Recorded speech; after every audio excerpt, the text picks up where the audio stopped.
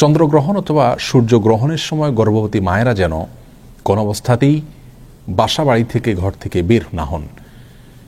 অনেকে মনে করেন যে চন্দ্রগ্রহণ সূর্যগ্রহণের সময় গর্ভবতী মায়েদের জন্য কোনো কিছু কাটাকাটি করা, কোনো কিছু কুটা এটা উচিত নয়। যদি করেন তাহলে সেটি তার গর্ভস্থ সন্তানের জন্য ক্ষতির কারণ হতে পারে। সূর্যগ্রহণ এবং চন্দ্রগ্রহণকে ঘিরে আমাদের সমাজে নানান কুসংস্কারাচ্ছন্ন বিশ্বাস এবং ভুল ধারণা বিরাজমান আছে।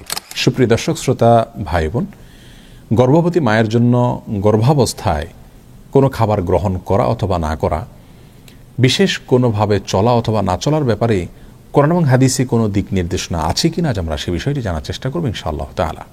প্রিয় দর্শক, আমাদের সমাজে গর্ভবতী মায়েদের জন্য বিশেষ কিছু খাবারকে, বিশেষ কিছু চাল চলনকে নিষিদ্ধ এবং ক্ষতিকর মনে করা হয়ে থাকে। তার মধ্যে থেকে সবচেয়ে প্রসিদ্ধ হলো চন্দ্রগ্রহণ অথবা সূর্যগ্রহণের সময় গর্ভবতী মায়েরা যেন কোনো অবস্থাতেই বাসা বাড়ি থেকে ঘর থেকে বের না হন।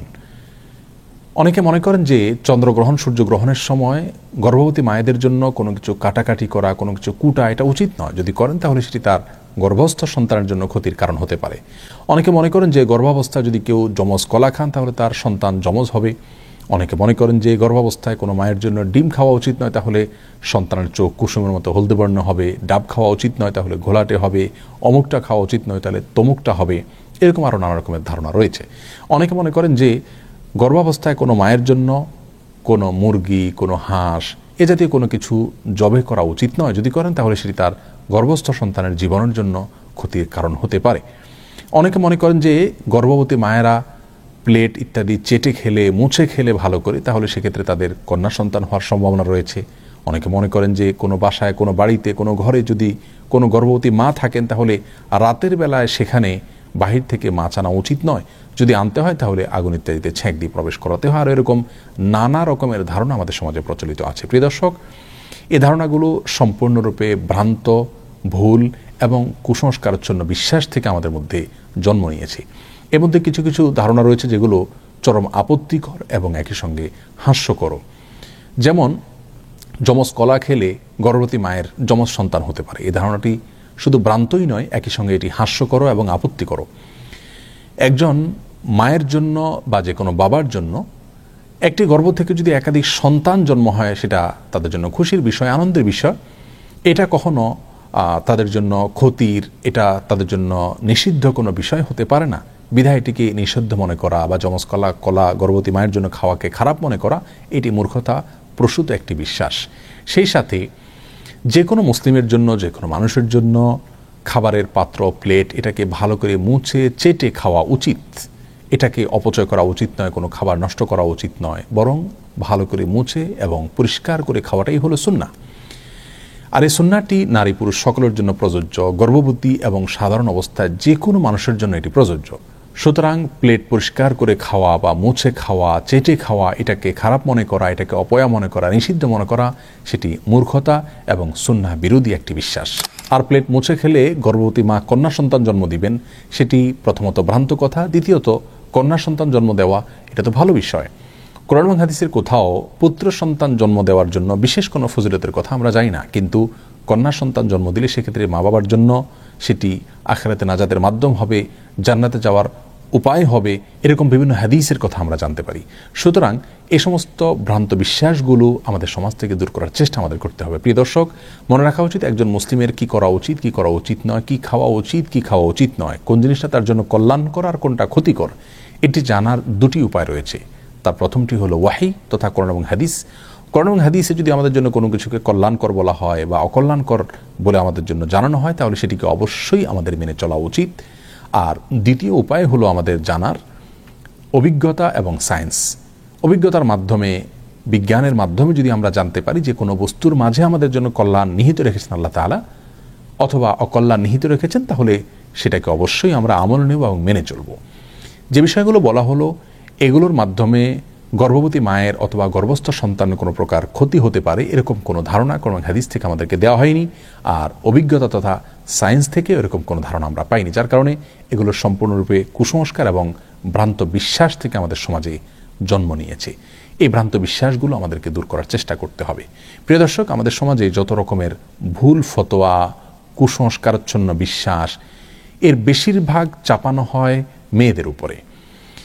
তাদের উপরে যত রকমের মিথ্যা বানোয়াট ফতোয়া এবং মাসআলার প্রয়োগ হয় পুরুষদের উপরে তত বেশি মিথ্যা বানোয়াট অথবা মনগড়া ফতোয়ার প্রয়োগ হতে আমরা দেখি না। অতএব এই সমস্ত কুসংস্কারগুলো দূর করার জন্য নারী পুরুষ সকলকে আমাদের একযোগে কাজ করে যেতে হবে। গর্ভাবস্থায় একজন মায়ের জন্য কোন জিনিসটি তার স্বাস্থ্যের জন্য কল্যাণকর সেটি ডাক্তারগণ যখন আমাদেরকে জানাবেন, বিজ্ঞানের মাধ্যমে অভিজ্ঞতার মাধ্যমে আমরা জানতে পারবো, সেটাকে অবশ্যই আমরা আমল করে চলব। আনারস বা বিশেষ কোনো খাবারের ক্ষেত্রে কোনো সময় ডাক্তারগণ নিষেধ করেন গর্ভবতী মায়েদেরকে, সেটা তাদের গর্ভের জন্য ক্ষতিকর অথবা অ্যাসিডিটি বেশি হয়, এরকম অনেক খাবার অনেক সময় ডাক্তারগণ নিষেধ করেন গর্ভবতী মায়েদের জন্য, সেগুলো ভিন্ন বিষয়।